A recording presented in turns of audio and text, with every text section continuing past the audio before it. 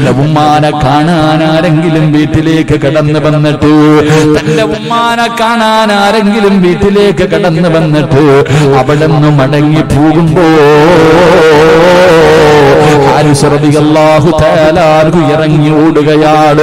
ഉമ്മ കാണാതെ വീട്ടിൽ വന്ന് ഉമ്മയെ സിയാറത്ത് ചെയ്തിട്ട് ഉമ്മയെ സന്ദർശിച്ചിട്ട് പോകുന്നവരുടെ പുറകെ ഓടുകയാണ്. ഓടിച്ചെന്നിട്ട് കയ്യിൽ പിടിച്ചിട്ട് ചോദിക്കും, എന്റെ ഉമ്മ വല്ല പരാതിയും പറഞ്ഞോ? എന്റെ ഉമ്മ വല്ല പരാതിയും പറഞ്ഞോ? എന്റെ ഉമ്മാൻ എന്തെങ്കിലും ഇവിടെ കുറവുണ്ടോ? ഉമ്മാനോട് ചോദിക്കാനില്ല, ഉമ്മ എന്നോടൊന്നും പറയാറില്ല. എന്റെ ഉമ്മാന്റെ ആഗ്രഹമൊന്ന് സാധിച്ചു കൊടുക്കാരാ? എന്റെ ഉമ്മയ്ക്ക് എന്തെങ്കിലും ആവശ്യമുണ്ടെന്ന് പറഞ്ഞോ? വീട്ടിൽ വന്ന് ഉമ്മാനെ കണ്ടിട്ട് പോകുന്നവരോട് ഈ സ്വഹാബി ചെന്ന് ചോദിക്കുമായിരുന്നു എന്ന് നബി മുഹമ്മദ് മുസ്തഫ സല്ലല്ലാഹു അലൈഹി വസല്ലമ തങ്ങൾ പറയുമ്പോ, സ്വന്തം ഉമ്മ ഇന്നത് വേണമെന്ന് പറഞ്ഞാലും നമ്മളിൽ പല മക്കളും വാങ്ങിക്കൊടുക്കാത്തവരാ. അതുകൊണ്ട് എന്റെ പ്രിയമുള്ളവരോട് പറയുകയാ, അല്ലാഹുവിന്റെ പ്രവാചകൻ സല്ലല്ലാഹു അലൈഹി വസല്ലമ തങ്ങൾ അവിടെന്ന് പറഞ്ഞു, സ്വഹാബാ, ഈ സ്വഹാബിക്ക് അല്ലാഹു സ്വർഗ്ഗത്തിൽ ഭക്ഷണം കാത്തുവെച്ചിരിക്കുന്നത് എന്തിനെന്നറിയോ? ഉമ്മാനെ സ്നേഹിച്ചതിനാ, വാപ്പാനെ സ്നേഹിച്ചതിനാ അല്ലാഹു ഈ പ്രതിഫലം കൊടുക്കുന്നതെന്ന് നബി മുഹമ്മദ് മുസ്തഫ സല്ലല്ലാഹു അലൈഹി വസല്ലമ തങ്ങൾ പറയുമ്പോ, എന്റെ പ്രിയമുള്ളവരെ, മാതാപിതാക്കളെ മറന്നു പോകല്ലേ, മാതാപിതാക്കളെ മറന്നു പോകല്ലേ. പെറ്റതള്ളയെ കണ്ണുനീര് കുടിപ്പിക്കുന്ന മക്കളാകരുത്. സ്വന്തം ഉമ്മയ്ക്ക് വീടിന്റെ മുന്നിൽ ഖബറ് കുടിച്ചിടുന്ന മക്കളുടെ കാലവാ. എനിക്കൊന്നേ പറയാനുള്ളൂ, അല്ലാഹുവിന്റെ പ്രവാചകൻ അവിടെന്ന് പറയുകയാണ്, മാതാപിതാക്കളെ വേദനിപ്പിക്കുന്ന മക്കൾക്ക് അല്ലാഹുവേ ആയുസ് കുറവാണെന്ന് നബി മുഹമ്മദ് മുസ്തഫ സല്ലല്ലാഹു അലൈഹി വസല്ലമ തങ്ങൾ പറയുമ്പോ, മഹാനായ പ്രവാചകൻ അവിടെന്ന് പറയുകയാണ്, മലക്കുകളുടെ കൂട്ടുകാരനാകാൻ പറ്റുന്ന മൂന്നാമത്തെ വഴി എന്തെന്നറിയോ?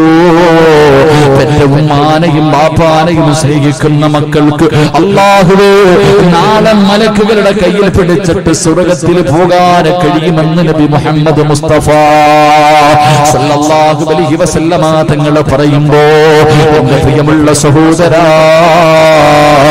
നാലാമത്തെ കാര്യം എന്തെന്നറിയുമോ? മലക്കുകളുടെ കൂട്ടുകാരനാകാൻ പറ്റുന്ന നാലാമത്തെ കാര്യം എന്തെന്നറിയോ? മഹാനായ നബി മുഹമ്മദ് മുസ്തഫ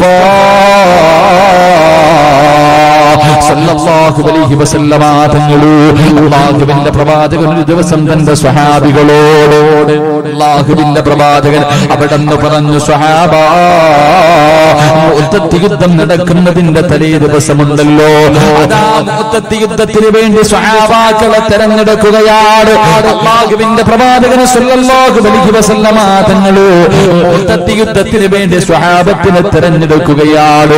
അല്ലാഹുവിന്റെ പ്രവാചകൻ ഓരോ സ്വഹാബികളെയും ഇങ്ങനെ പിടിച്ചു നിർത്തുകയാ.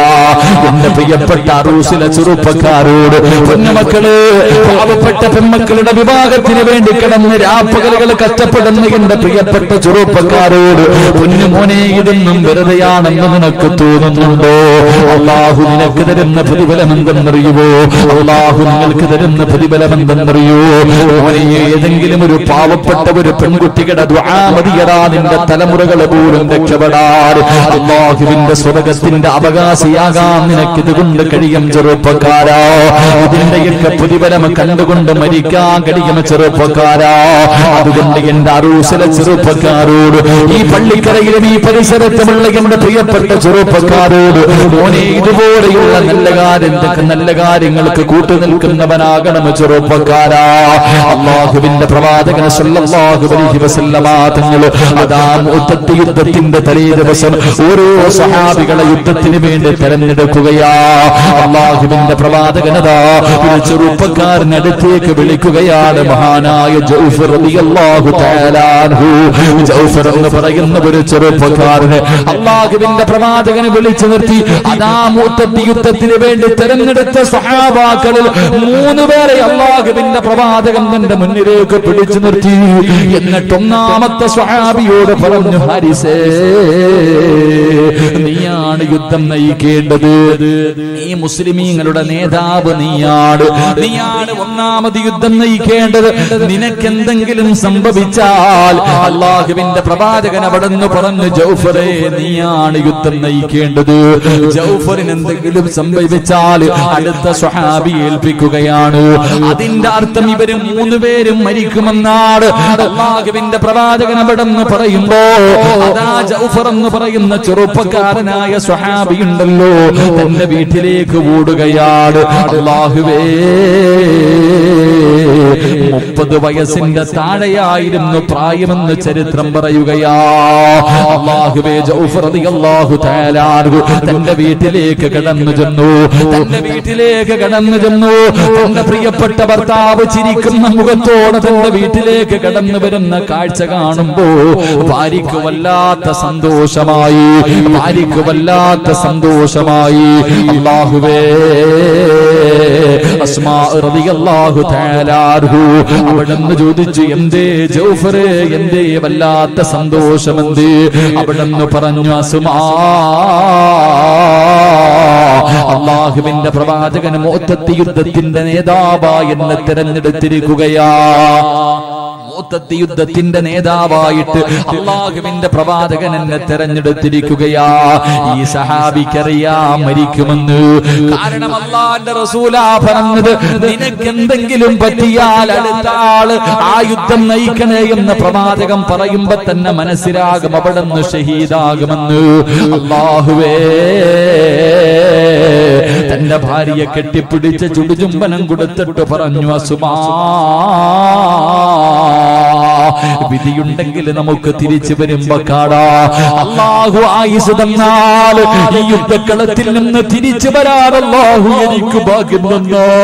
നിന്റെ മുന്നിലേക്ക് ഞാൻ കടന്നു വരാം അസുമാ. ഇല്ലെങ്കിൽ നാളെ സ്വർഗത്തിന്റെ മുന്നിൽ ഞാൻ നിന്നെ കാത്തു നിൽക്കും അസുമാ.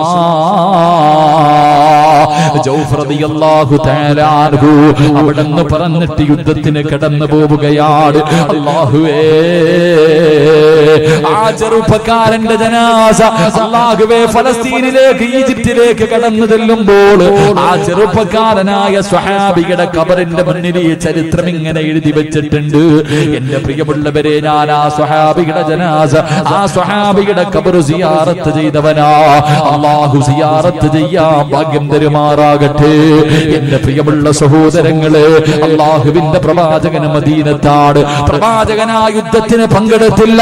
അധാരണാങ്കണത്തിൽ തഥാ കുറച്ച് സ്വഹാബികൾ പടച്ചവനെ നൂറുകണക്കിന്, ആയിരക്കണക്കിന്, 3000കണക്കിന് വരുന്ന സൈന്യത്തോട് പോരാടുകയാണ്. ഒന്നാമത്തെ സ്വഹാബി കൊടിയും പിടിച്ചുകൊണ്ട് രണാങ്കണത്തിലേക്ക് ഇറങ്ങുമ്പോ അവിടുന്ന് വെട്ടുകൊണ്ട് ഭൂമിയിലേക്ക് വീഴുകയാണ്. തന്റെ കയ്യിലിരിക്കുന്ന ഇസ്ലാമിന്റെ കൊടി താഴെ വീഴുമ്പോ മഹാനായ ജൗഫർ റളിയല്ലാഹു തആല അൻഹു 30 വയസ്സിന്റെ താഴെ മാത്രം പ്രായമുള്ള ചെറുപ്പക്കാരനായ ജൗഫർ ഉണ്ടല്ലോ, ഓടിച്ചെന്നിട്ട് ആ കുടി തന്റെ കയ്യിലേക്ക് എടുക്കുകയാണ്.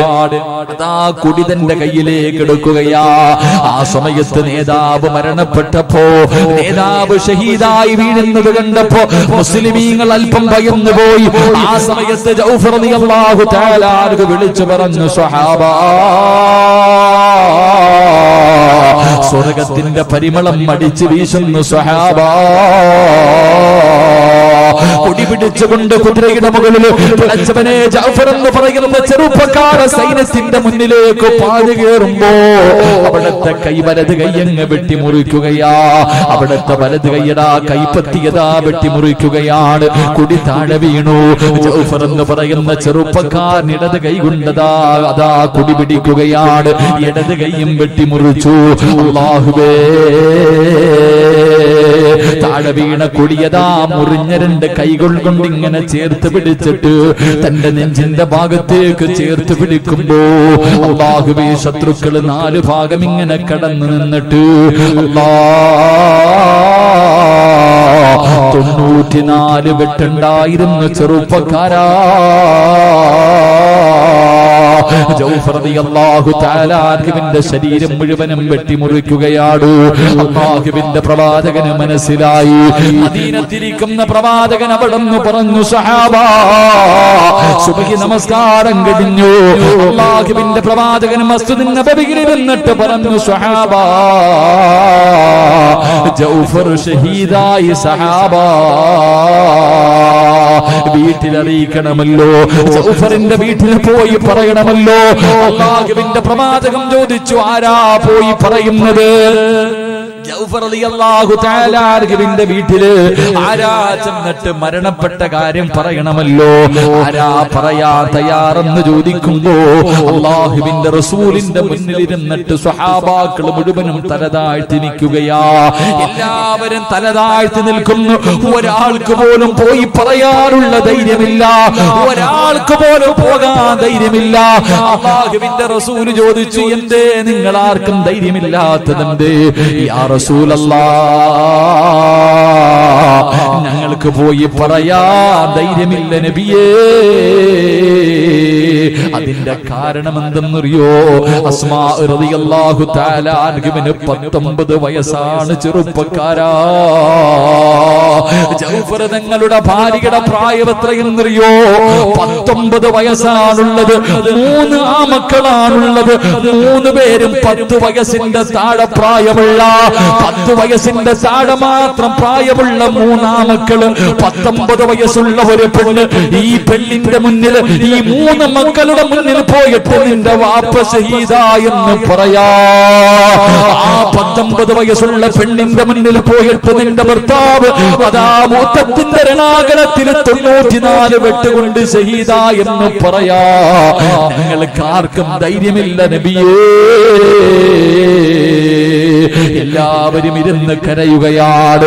അല്ലാഹുവിന്റെ പ്രവാചകൻ അവിടെന്ന് പറഞ്ഞു, സഹാബാ എങ്കിലും നമുക്ക് ഒരുമിച്ച് പോയി പറയാ സഹാബാ, നമുക്ക് ഒരുമിച്ച് പോയി പറയാ സഹാബാ. അല്ലാഹുവിന്റെ പ്രവാചകൻ സല്ലല്ലാഹു അലൈഹി വസല്ലമ തങ്ങളും സഹാബത്തും അവിടെന്ന് കടന്നു പോവുകയാണ്. അവിടെന്ന് കടന്നു പോവുകയാണ്. മഹാനായ ജൗഫർ റളിയല്ലാഹു തആല അൻഹുവിന്റെ വീട്ടിലേക്ക് കടന്നു പോകുമ്പോ അവിടെ നടക്കുന്ന സംഭവം എന്നറിയോ? യുദ്ധം കഴിഞ്ഞ് നാളെ സ്വഹാബികൾ തിരിച്ചു വരികയാണെന്ന് അസ്മാ റളിയല്ലാഹു തആല അൻഹു ജനങ്ങൾ പറയുന്നത് കേട്ടിട്ടറിഞ്ഞിരിക്കുകയാ. 3 മക്കളെയും രാവിലെ വിളിച്ചു നിർത്തിയിട്ട് കുളിപ്പിച്ചു പുതുവസ്ത്രവും ധരിച്ച് നിർത്തിയിരിക്കുകയാണ്. വാപ്പ യുദ്ധം ജയിച്ചിട്ട് വരുമ്പോ കാണാ 3 മക്കളും പുതുവസ്ത്രങ്ങൾ ധരിച്ചിട്ട് കാത്തു നിൽക്കുകയാണ്. പ്രിയപ്പെട്ട ഭർത്താവിന് കഴിക്കുന്നതിന് വേണ്ടി 19 വയസ്സുള്ള ഭാര്യ ഭക്ഷണം ഉണ്ടാക്കിക്കൊണ്ടിരിക്കുകയാ. അല്ലാഹുവേ, ആ സമയത്താണ് അല്ലാഹുവിന്റെ പ്രവാചകനും സഹാബികളും നടന്നു വരുന്നത്. മുത്തുനബിയും സഹാബികളും നടന്നു വരുന്നത്. മഹാനായ ജൗഫർ റളിയല്ലാഹു തആല അൻഹുവിന്റെ മക്കളങ്ങ് കാണുമ്പോ സുബ്ഹാനല്ലാഹ്, മുത്തുനബിയെ സ്നേഹിക്കുന്ന മക്കളാണല്ലോ.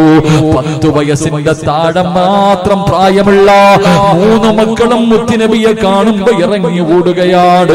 അല്ലാഹുവിന്റെ പ്രവാചകന്റെ മുന്നിലേക്ക് ഓടിച്ചെന്നു. റസൂലുള്ള 3 മക്കളെയും ഇങ്ങനെ കെട്ടിപ്പിടിക്കുകയാണ്.